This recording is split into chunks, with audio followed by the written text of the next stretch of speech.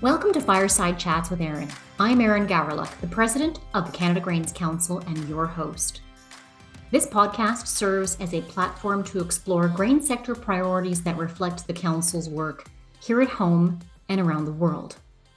Together, we will explore issues and ideas with policymakers and industry influencers.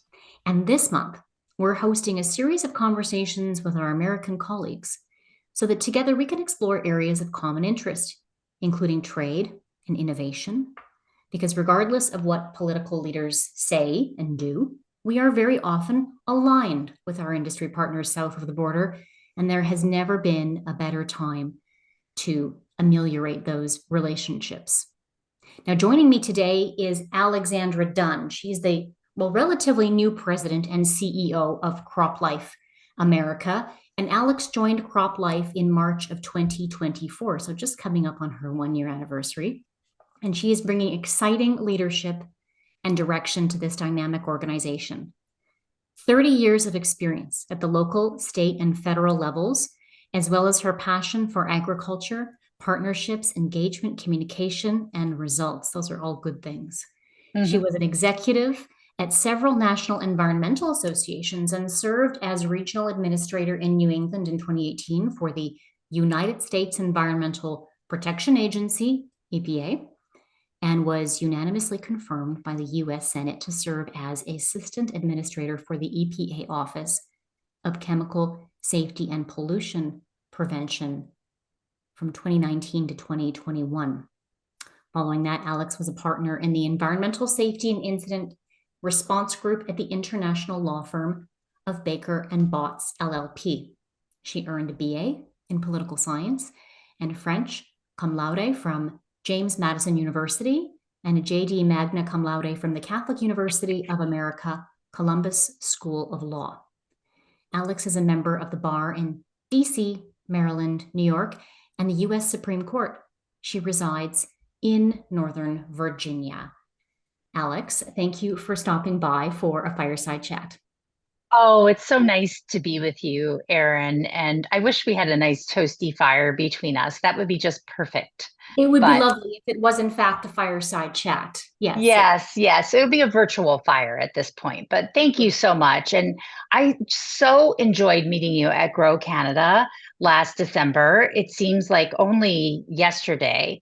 But when I met you, the energy that you had, and I think we just clicked with, both of our kind of ideas and the things we were talking about. It was just felt like, mutual energy and passion for agriculture and for collaboration. So really excited. I was going to say the same thing about you. Our encounter reminded me in some ways, I'd been in the job for only a few weeks when I met one of your colleagues, your counterparts, Emily Reese, and she too had only been in her position. Emily Reese is the president and CEO of CropLife International. You know that, but some of our listeners don't. And when I met her in London, we met for the first time, and she had a lot of energy and enthusiasm for her work. And when I met you, I thought, where does CropLife find these incredibly dynamic and interesting women leaders? So I am thrilled to have met you, and I'm excited to have this conversation because while I found your energy and enthusiasm very compelling, I have to admit I was really struck by your background. We have to talk about how you ended up where you are today. Can you talk a bit about your experience in environmental law, which I think is a background that might maybe be surprising to some, as well as your time leading a number of national environmental associations and how all of this work has really informed your perspective, as well as the issues and opportunities facing CropLife America? Yes, well, that's a great question.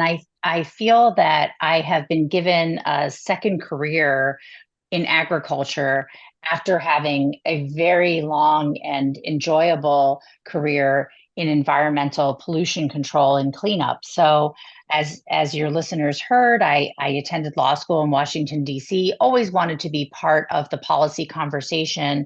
And I wanted to be in public service largely. I attended Catholic law school, which is a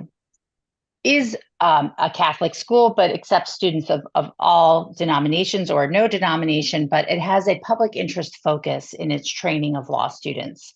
And so I was very interested in government work at some point, or working with state or local officials in the environmental field. So I started out initially at a large law firm.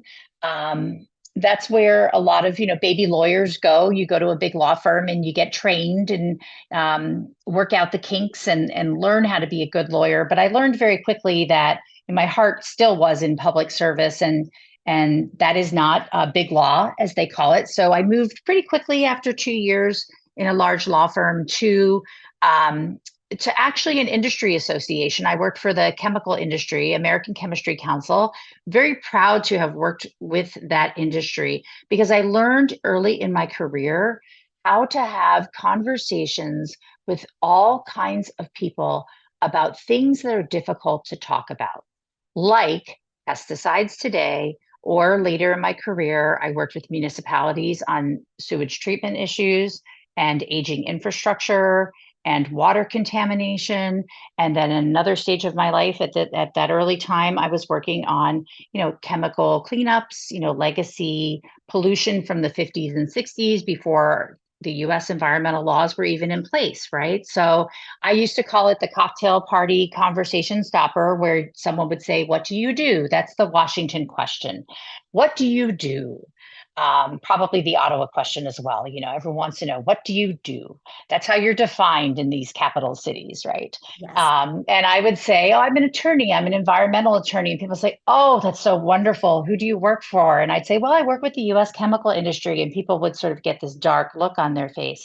So I learned very quickly to say, I'm really building the capacity of companies to understand the law and to comply, and helping them when they're not following the law to know what their responsibilities are. So I feel like I'm doing really advancing a better environment for everyone. It doesn't mean you have to be with a nonprofit ENGO to make for a better environment. But that did my heart was still there, tugging me towards the public service, and so I did pivot next to working with municipalities. And I loved it. I worked with 350 of the largest cities in the United States.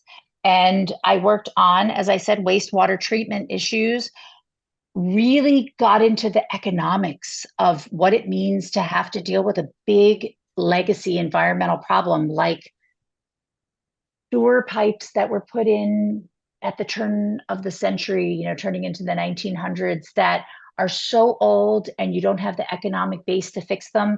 So you think, how did I possibly get to agriculture? So I'll speed up the journey quite a bit. Um, I did a lot of speaking and writing at this time of my career, and I took what I call my first of two Beltway breaks. So we call the DC area the Beltway. And I had been doing so much speaking and writing that someone came to me and said, "You'd make an amazing professor. You talk and you explain things so simply." And I guess I took their advice and I jumped into academia for 4 years. Um, and I went and taught as the Dean of Environmental Law Programs at Pace Law School in New York. And I had the opportunity there to teach with Robert F. Kennedy Jr., which, fast Oh, forward, might be helpful for me now in this but we're going to role. talk about that. We will talk about that. But for 4 years, I was a fellow member of the faculty with him at the Pace Law School, never knowing what my future or his might hold, right? So came back to Washington, D.C. after teaching full time for 4 years, stayed as an academic part time, and then returned now to work for the states. So I worked for state water quality directors, and then I worked for an association of the state environmental secretaries, the 50 states, and loved that. I love finding the middle ground, finding the solution, finding the one place that everyone can agree upon. That's my happy place. And that's how I got pulled into the Trump administration, believe it or not. The first Trump administration Mhm. was, I had a reputation for being state oriented. And when the Trump first administration came in, they were very focused, as they are in the second Trump administration, although it's early, but it will come out soon. State empowerment, for you, provincial empowerment, it might be, is a very important tenet of Republican administrations in the US. It's bottoms up versus top down government. So they wanted to bring people into the first Trump administration. I went into the EPA, the Environmental Protection Agency, who didn't think that every solution had to come from Washington, D.C., that good solutions could come from the states, AKA provinces, right? That those states are laboratories of democracy. They have great ideas. They have experimented. They know how to solve their own problems, and that perhaps the EPA as an institution could be a resource, but didn't have to tell the states everything that they had to do. And so that's what I did. I went up to New England. I lived in the Boston area for a year, and I worked with 6 New England states, one of which is our state of Maine that borders Canada. Did some work with the tribal nations that are on the St. John's River and cross over to Canada. And that was a wonderful experience. Talked about a shared river between Canada and the US. Absolutely loved it. And then they called me and they said, "We've got a new opportunity for you. Come back to Washington and go through full Senate confirmation. And would you run our chemical safety office, which has responsibility for industrial chemicals and agricultural chemicals?" And they really were pulling on my expertise in industrial chemicals from my time working for the chemical industry early in my career, and my time actually working on the amendment of that law when I was working for states. I got, I'd say, a bonus with that job. I got the bonus of the agricultural chemical program, the pesticide program. Once I got into the job, I learned that 75% of the staff in the office were actually doing pesticide work. 25% of the staff were doing the industrial chemical work. So I had to do a fast course, AP, on speed, learning all about the agricultural laws on the books and how registration of pesticides are handled in the US, and many late nights and many early mornings and many Saturdays and Sundays that were a big blur, and 2 years straight, pretty much without a vacation doing that, led me to just fall in love with agriculture and ultimately make a pivot in my career away from pollution control into the world of agriculture, where I hope to be until I decide that, my hair is gray enough. Well, we're thrilled to have you. I'm so glad to be here. It's such a dynamic industry. Isn't it? I love it. I absolutely love it. I have to ask, there's a lot to unpack there. I find myself physically leaning into this conversation. It's compelling. So I have to ask, because you were appointed in 2019, right? Yes. When you took that position as the assistant administrator for the EPA Office of Chemical Safety and Pollution Prevention. That was under the Trump administration for the 2-year term that you referenced. And look, we've seen, I don't know to what extent you can say that you have some insight into what we can expect from this president. So much already in the last 2 weeks. Oh, yes. A little different than his first term. But we'll take anything you've got. Yeah. In terms of some insights that you might have, having worked under that first administration, that we might benefit from knowing over the next 4 years. So, yeah, absolutely. Great question. I will say that the first Trump administration, the first 4 years, were characterized by 2 bookends, one at the beginning and one at the end, that affected the first administration's ability to sort of carry out some of its vision. The first Trump administration had a vision for a smaller civil service, a smaller federal workforce. They also had a vision for leaning the regulatory system. There's sometimes in our Congress, you get a little bit of political theater. Actually, often you get political theater in our Congress, but there's a member of Congress in the past who once brought in, I think, the air quality regulations or the water regulations and kind of stacked them up to show how tall they were. And they were about 7 feet high. And it was to make the point that, like, nobody can really exist with this many regulations. Like, we have 7 feet tall of regulations, right? So the first Trump administration did have big vision for reframing the federal government to lean it, streamline it, and right size it, if you could say that. And also at the EPA specifically, and this would extend also to the USDA, which affects agriculture quite a bit. Um, Having the agencies focus on their core missions. So, to the extent that agencies over time had picked up, you could call them, as the young people say, side hustles, right? So, maybe spun up a program off to the side on climate resilience, but it's not really in the law. It's just something that the agency started doing because it's an important topic, right? And more people had gone to staff that program, or maybe spun up a program around certifying appliances as being water efficient, right? These programs that the government does, they're not mandated by law, but the staff, get pulled from, you could say, core mission and assigned, and often very much want to work on these programs. They're very fun and exciting and forward looking and front facing, and attractive. But when the core work of the agency isn't getting done, in our case, when pesticide registrations are late and not getting processed, it makes you wonder, should we take some of those experienced experts and sort of say, you know what, while we'd like to do some of these other things, we really need to do like our first work first, and then we could do this other work. So the bookends that I referenced were two things. One, on the front end, a slow start. I did not come on board to the first Trump administration until 2018, which means that was the whole first year. They didn't even have people in place in many cases. So the number of appointees took a long time to bring in. So let's say that the first Trump administration wasn't really fully staffed until probably its second year. So getting all their people in all the right places. And then the back end, COVID.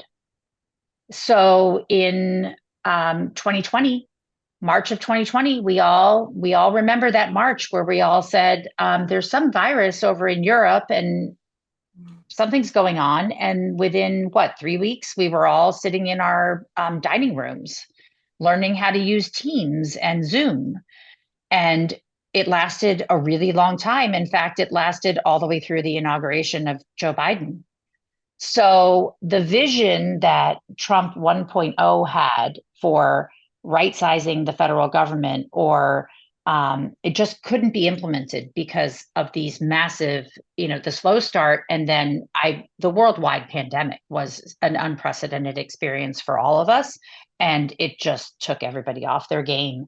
Now, 2.0, you're not seeing that, are you? First 2 weeks, boy, they are moving at a speed that it's hard to keep your eyes from spinning, right? People are coming in fast. They are hustling through. They have a full alignment in the House and Senate. They have no trouble getting, they're not going to have any trouble getting their folks confirmed unless the person is really extreme and not able to be tolerated. So we're not seeing the slow start at all. And we are seeing them immediately deploying very quickly some of the plans that they had in mind. People are saying, how did this all happen? And they've already offered government workers, off routes and alternative buyouts, and disbanding certain parts of various agencies, and everyone's asking a lot of questions, and our courts are getting involved in putting halts and stops to some of this. So it's already getting quite messy, but the administration is showing they're not afraid to just rip off all those band-aids and just go for it and see how it fares in court, because they'll be before judges and let the judges make the calls. But what you're seeing is 4 years of planning, because they had 4 years to plan and they're ready to go. So we're not seeing the delay that we saw the last time. We're seeing coordination, calculation, careful moves, planned moves, and the culmination of a 4-year planning process during the Biden administration. Okay. Let's talk about one of those colleagues, if you will, RFK Jr. Mm-hmm. I realized you went You didn't go to school with him, you taught at the same university. We taught at the same university. Where he taught. And look, this is a person of interest for our industry. And I want to, if you will indulge me, I want to read a quote that was issued in a tweet, just to provide a point of reference for why he is such an important person as it relates to our industry. Because as part of the nomination process, President Trump tweeted the following: "I'm thrilled to announce Robert F. Kennedy Jr. as the United States Secretary of Health and Human Services because for too long, Americans have been crushed by the industrial food complex and drug companies who have engaged in deception, misinformation, and disinformation when it comes to public health. The safety and health of all Americans is the most important role of any administration, and HHS will play a big role in helping ensure that everybody will be protected from the harmful chemicals, pollutants, pesticides, pharmaceutical products." He goes on, "Mr. Kennedy will restore these agencies to the traditions of gold standard scientific research," suggesting perhaps that that's not the case currently. So in light of some of what you may already know about this particular individual, this is the mandate that he's been given to a certain extent publicly based on this tweet from President Trump. I guess my first question is, how do you react from your position now as CEO of CropLife America? How do you react to this appointment, assuming that he is in fact confirmed, and that's looking likely at this point? Shed some light on the process, if you will, but what should we be thinking about? Well, we fully expect that the nominee Robert F. Kennedy Jr. will be confirmed, and so we will work with him as the new Secretary of Health and Human Services. One of the things we're doing is reminding our companies that are members of CropLife America what authorities to regulate pesticides lie with the US EPA, which the US EPA registers, reviews, handles all the scientific studies, and approves entry to market of pesticides. So that is at the US EPA. That's not at the HHS. The HHS has within it the Food and Drug Administration, which enforces food tolerances, which is the residue that can be left on of any pesticide that could be left on food from imports or exports. And they enforce that through the FDA. And that agency has an enforcement function. So that does not mean that they approve pesticides or license them in any way. So we Mr. Kennedy, in one of his hearings, was asked by one of the senators if he would respect the roles of the other federal agencies, both the USDA and the EPA, in their roles around agriculture. And he answered in the affirmative that he would. So one thing is recognizing, what are the authorities that he will have as Secretary of Human Health. There are the authorities, and then there's also the opportunities that people at the secretary level have to travel and speak. And he is a prolific speaker, a very articulate speaker, and a trial lawyer by training. And so, we certainly expect, like all cabinet members, that he will travel quite a bit and make many, many addresses and many, many speeches all over the country. And so, one of the things that we would like to talk with him about when the time is right is, how we can get some of our facts in place that he could share about the process that EPA goes through to review pesticides. Like, just make sure we're aligned on the facts so that we're not inadvertently spreading misinformation. So reminding, I've been calling it a bit of a back to basics for our members, just reminding people that only 1 in 10,000 molecules makes it to market based on the rigor of our system. Only it takes sometimes 12 to 13 years for a new pesticide to be licensed in the United States due to the rigor of the process. So we do believe we have a gold standard process here already. We think it's there.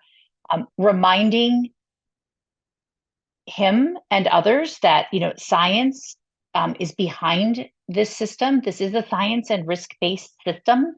And every pesticide in use today is tested and studied before it is in the market. And the Food and Drug Administration, looks at the food crops and the food supply and makes sure that it's safe and healthy.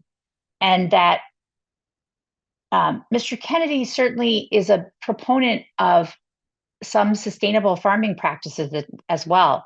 And so I think we may have some alignment with him.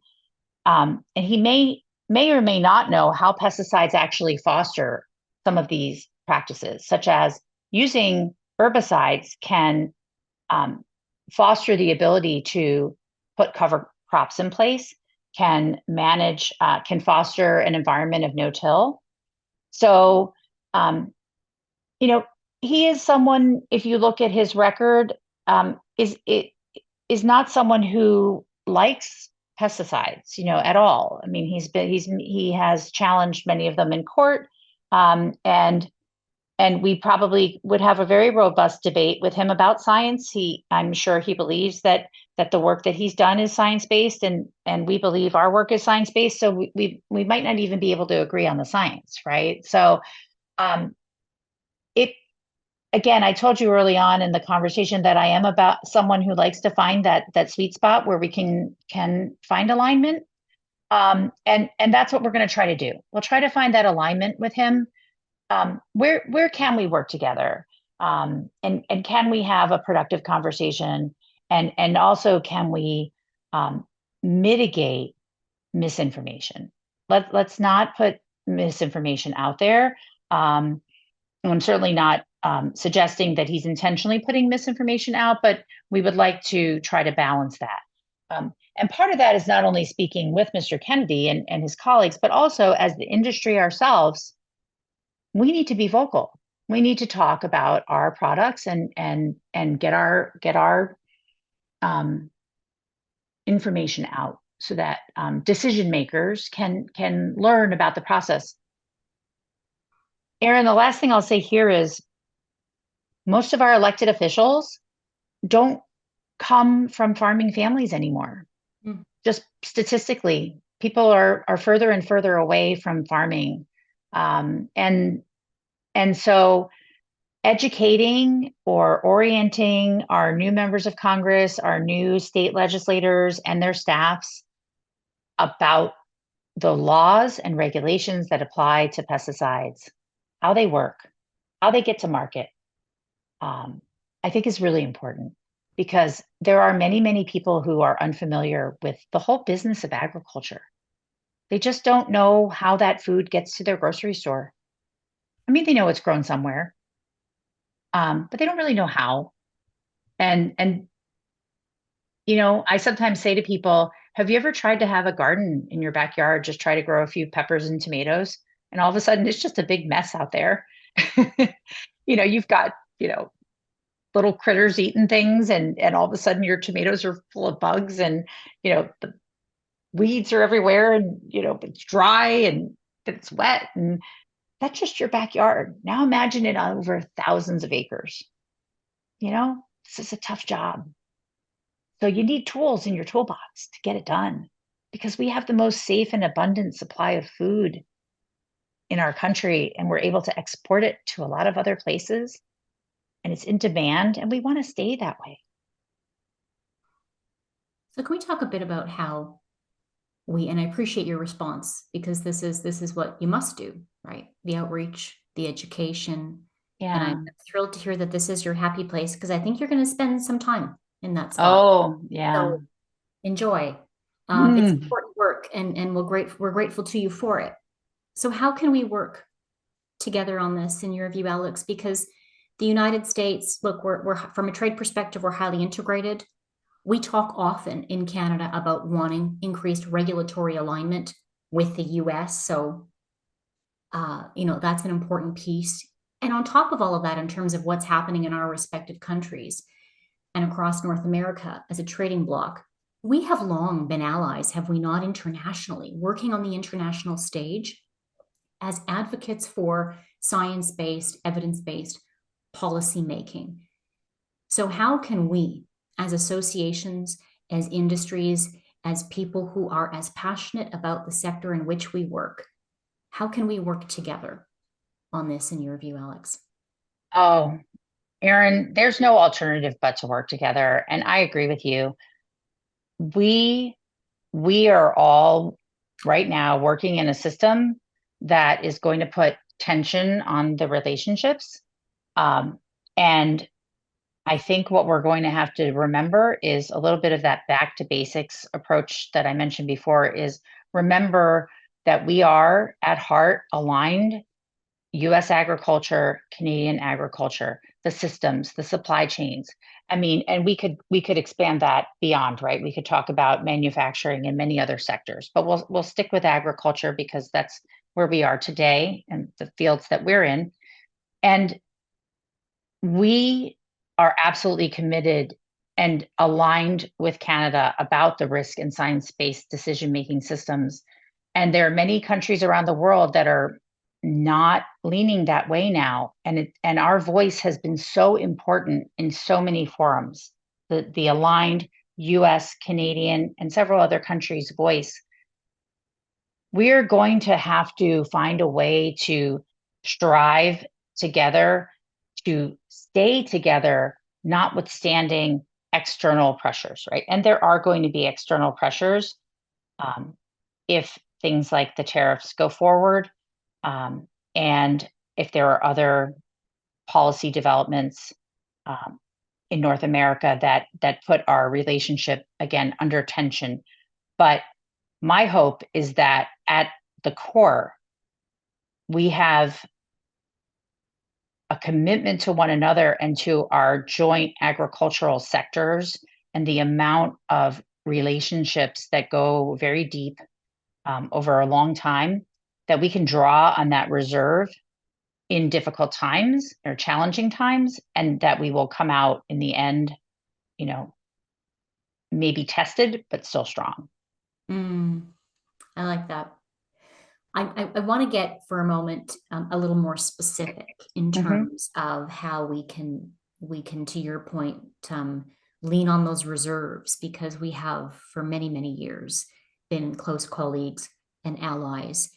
We're sitting here together having this conversation 5 days after Canada and Mexico were dealt a pretty significant blow when U.S. President Trump signed an executive order which would subject all Canadian goods to a 25% tariff. And look, now that has since been paused, but we still feel very much under the threat of this tariff, now facing a new deadline of March 4th. And we know that if this comes about, it's going to have a devastating impact on the agriculture sector on both sides of the border.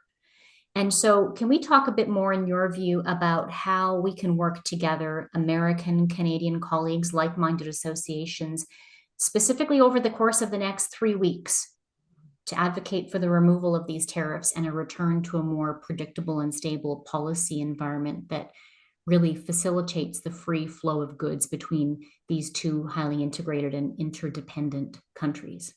Yeah. Well, we certainly like you, we're very, it's been quite a week, right? We were also very relieved to see the delay of the tariffs on both Canada and Mexico, given the importance of the USMCA supply chain. It's just absolutely critical. And as proposed, we know that those tariffs would affect very much of the pesticide industry that supplies US farmers and ranchers. And we also know that these supply chains are very complex and that the tariffs would increase the cost of US manufacturing, and the cost ultimately is borne by farmers and ranchers trying to combat pest and weed pressures.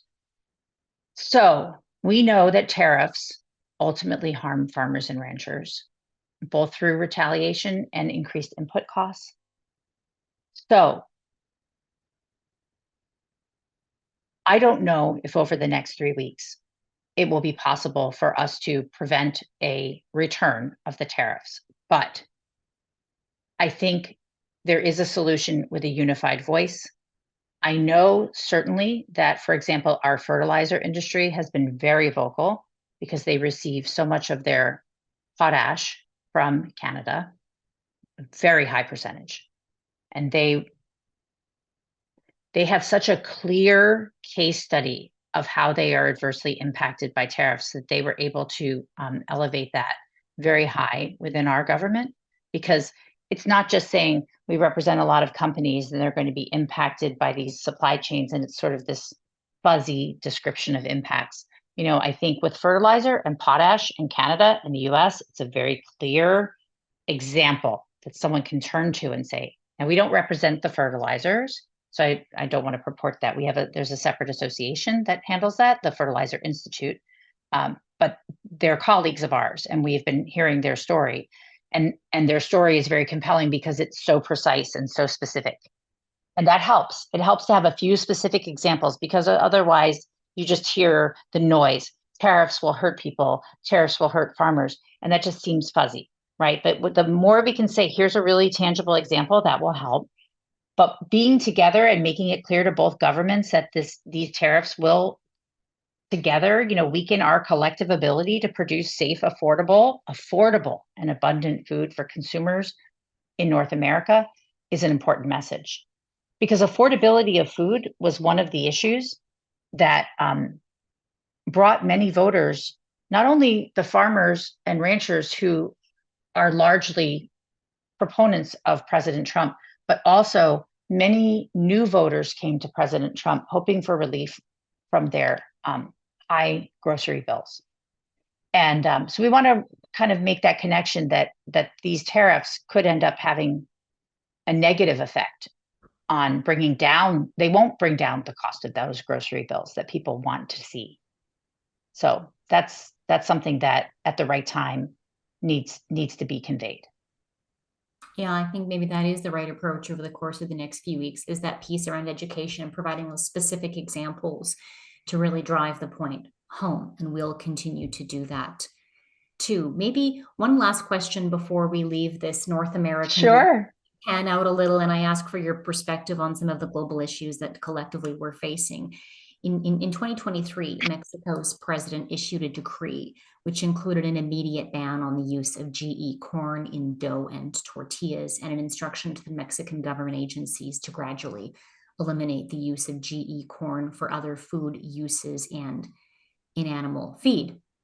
Now, just to provide a little additional context for our listeners, in response to that decree, the United States established a panel under Chapter 31 of the USMCA, and the U.S. brought 6 legal claims under the Sanitary and Phytosanitary Measures Chapter and 1 legal claim under the National Treatment and Market Access for Goods Chapter of our collective agreement. On December 20th of this past year, the USMCA panel sided with the United States on all 7 legal claims, finding that Mexico's measures are not based on science and undermine the market access that Mexico agreed to provide under that trilateral agreement. So, recognizing your position with CropLife, I want maybe to get your perspective on Mexico's response to that, and if it signals, in your view, a particular direction, policy direction for the government as it relates to innovation and our industry. And to the extent that you can, maybe also, Alex, comment on the impact that this would have, in your view, around, I don't know what to call it anymore. It's the USMCA review, renegotiation. If that moves forward, it's scheduled to take place in 2026. And so how do you think the conversation that we're having right now with Mexico is going to inform that renegotiation, in your view? So welcome any comments you may have on that. Yeah, well, again, talk about a week, right? This is all this week. Friday can't be here soon enough. Although I don't think anything really Friday stops. afternoon. It is Friday, but I don't think things stop anymore on the weekends. I feel like we're 24/7 these days. Certainly U.S. agriculture was happy to see the results of the panel that you've referenced. And we are pleased that Mexico is upholding their commitments under the USMCA. Absolutely. There are other parts of the Mexico measure that do remain in place, however, that are still of concern to the US, like their glyphosate phase out. That is still in place. So I expect going forward that the pesticide companies that I work with in the US will continue to press for resolution of these and several other issues with Mexico that remain open. So essentially, Mexico is following the panel's direction, which is appropriate as a nation to follow the direction. Um, and that is a good thing. But it appears that they're following it quite to the letter and not really going beyond the letter of the order. So I don't believe that we're seeing a significant change in Mexico's heart around these issues. And so that is going to require more conversation because the three of us countries do need to work together and have good flow of our products between all three nations under USMCA. And these remaining measures in Mexico are counter to that type of flow of goods.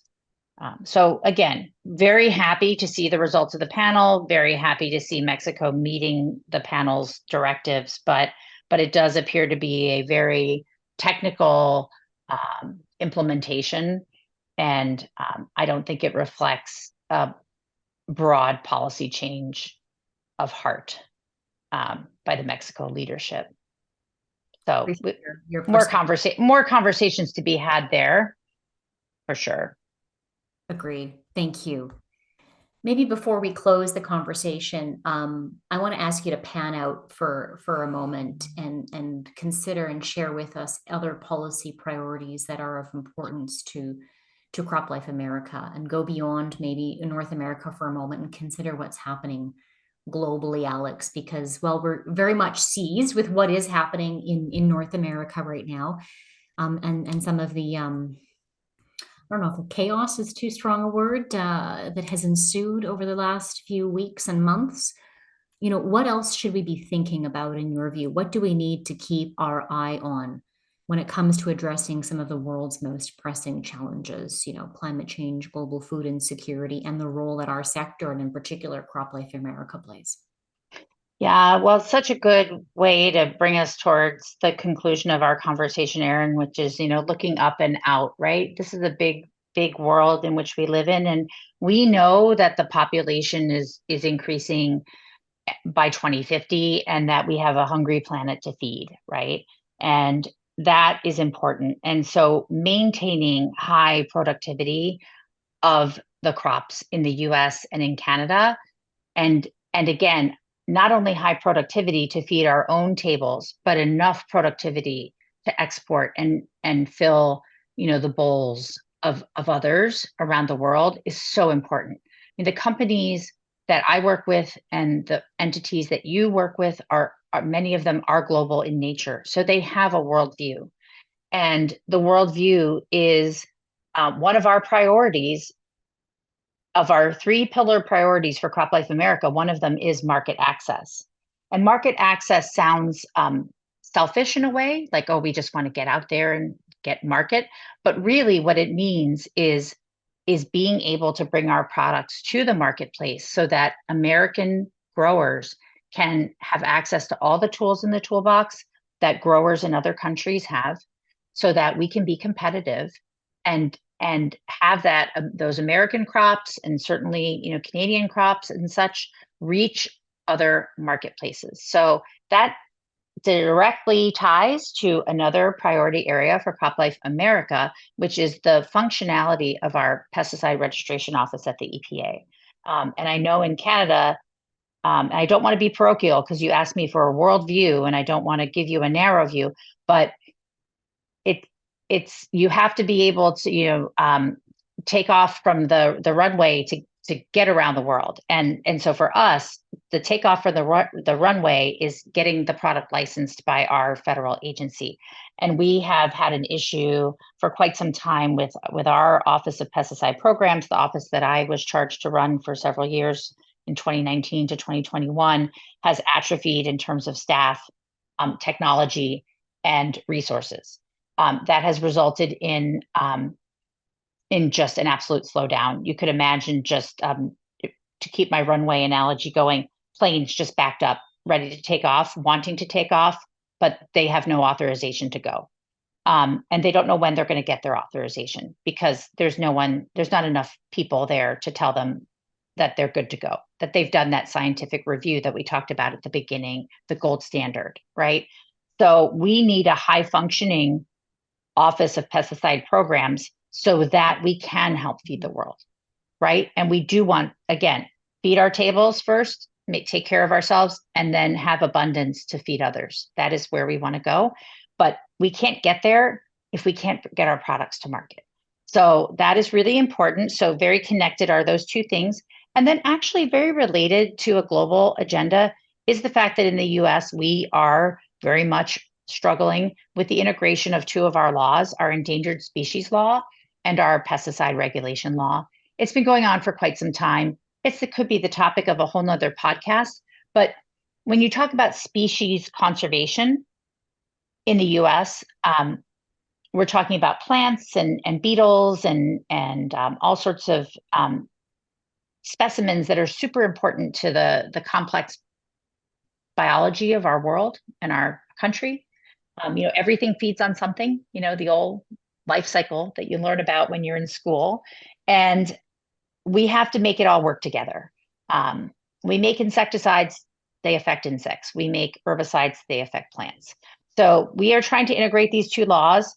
And I think there are things we could learn from other countries about species preservation and integration, but I don't know if any other country has tried to do the deep alignment that we are trying to do in the US between these two concepts. And it's tricky. So that has us a little tied up, but it's not going to stop us from moving forward. It reminds me again, hearing about some of the challenges that you're facing there, facing many of the same challenges in Canada, just reminds me again that we have a lot of alignment in terms of the opportunities and challenges facing our shared industry. So appreciate your perspective on that. So Alex, I have a personal interest in leadership, having studied the topic as part of my graduate degree. And I think that increasingly the unprecedented challenges that we're facing require unprecedented leadership. So I close all of my conversations by asking my guests to weigh in on the topic. My question for you today is: you lead a team in Washington who I expect bring similar levels of passion and enthusiasm to their work. And we believe in what we do. And we want to work to bring about meaningful policy change. So how do you offer leadership through these challenging times when it can feel, as it does here in Canada sometimes, it can feel like our industry is sometimes under attack? And I'm not just referring to the increasingly popular narrative that the food system must be transformed, but perhaps even more, salient when we reflect on the world, on the words of policymakers and our local government leaders in the United States and Canada. How do you continue to inspire your team to continue moving in the right direction when you're facing some of the challenging circumstances that we're facing, frankly, on both sides of the border right now? Such a great question, Erin. And I too find leadership to be such a compelling area to study and focus on.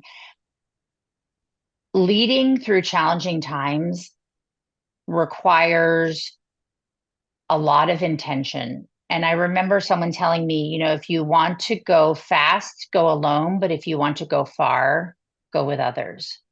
And that is our leadership philosophy at CropLife America, is partnerships.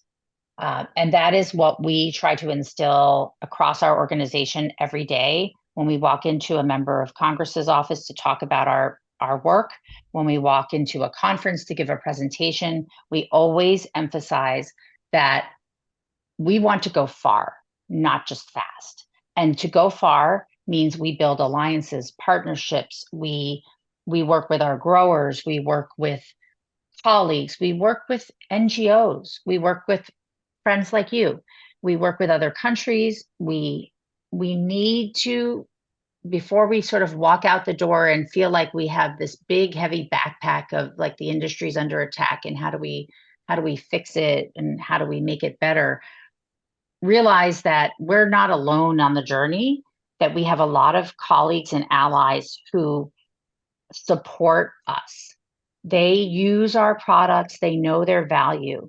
They're not always comfortable or used to having to talk about their inputs, right? Most farmers don't really talk a lot about their herbicides or their insecticides. They talk about the beautiful grains that they produce, right? They talk about the beautiful fruits and vegetables that they bring to market. They don't talk about the really fantastic insecticide that kept the aphids off their tomatoes, right?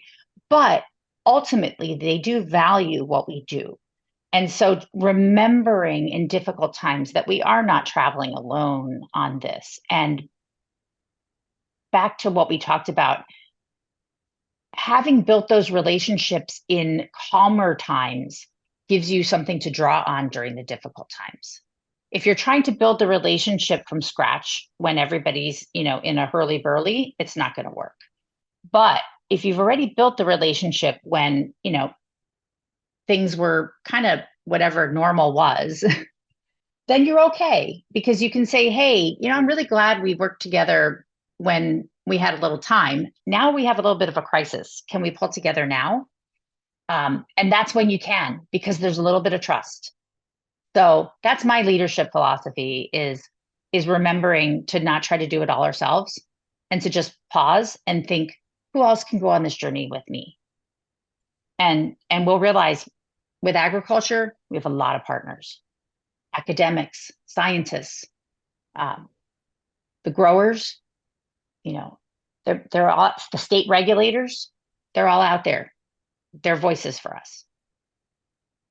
So we're aligned. I really like that because I felt like the one thing we really needed this week, and that's why we're going to have a quick series of these conversations with our American colleagues, was a reminder that we're not always necessarily aligned with our government leaders and the things that they may say, but we have an industry that is like-minded, that shares our perspective and your enthusiasm and your energy. We need to lean into those relationships right now. I think that's a really healthy and important reminder that we have allies like you out there, Alex. So thank you very much for your time, your wisdom, and your insights today. It was my great pleasure, Erin. This was a lot of fun, if I can say that. It was, and we needed a little fun because it's a Friday afternoon. So thank you very much. Thank you. I hope that you found this episode as thought-provoking and inspiring as I did. Remember, these fireside chats with Erin are monthly. This particular series, 3 conversations this month. So mark your calendars. Stay tuned. We'll be back next week with another great conversation. Stay connected with us for more engaging conversations that delve into the heart of the grain industry. You can catch us on your favorite podcast platforms, including Spotify, Apple Music, and YouTube. Just search for Fireside Chats with Erin and hit the subscribe button so that you never miss an episode. Until next time.